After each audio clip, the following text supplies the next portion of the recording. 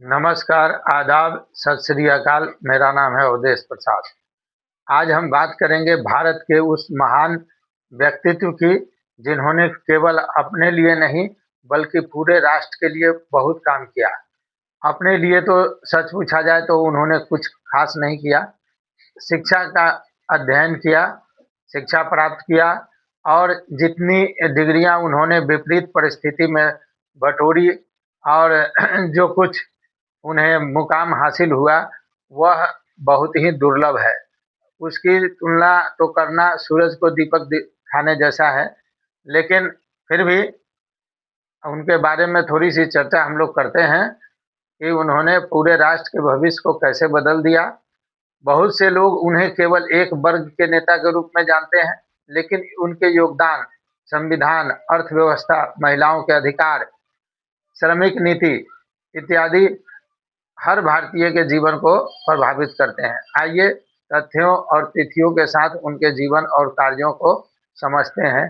उनके प्रारंभिक जो जीवन की अवस्था है उसके बारे में हम कहते हैं कि डॉक्टर भीमराव अंबेडकर जी का जन्म 14 अप्रैल 1891 को मध्य प्रदेश के महू में हुआ, लेकिन आजकल उसे डॉक्टर अंबेडकर नगर कहते हैं।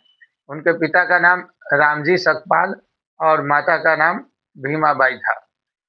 1907 में उन्होंने मैट्रिक पास की, जो उस समय की बड़ी उपलब्धि थी। और शिक्षा प्राप्त करने समय उन्होंने क्या क्या परेशानियां झेली, किन किन मुसीबतों का सामना किया, वह एक अलग विषय है। यदि उसकी चर्चा करने लगे तो वीडियो बहुत लंबा हो जाएगा। तो आगे संक्षेप में उनके शिक्षा के बारे में चर्चा करते हैं। 1912 में उन्होंने बॉम्बे यूनिवर्सिटी से ग्रेजुएशन किया।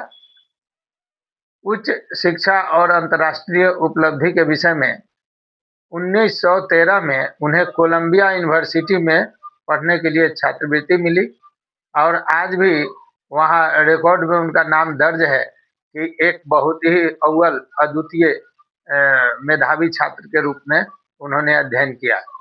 1915 में उन्होंने एमए किया इकोनॉमिक्स से। 1916 में पीएचडी के लिए रिसर्च शुरू की और विषय था इंडियाज नेशनल डिविडेंड।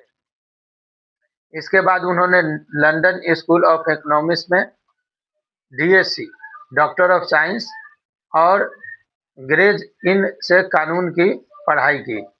वे अपने समय के सबसे अधिक शिक्षित भारतीयों में एक बने। उस समय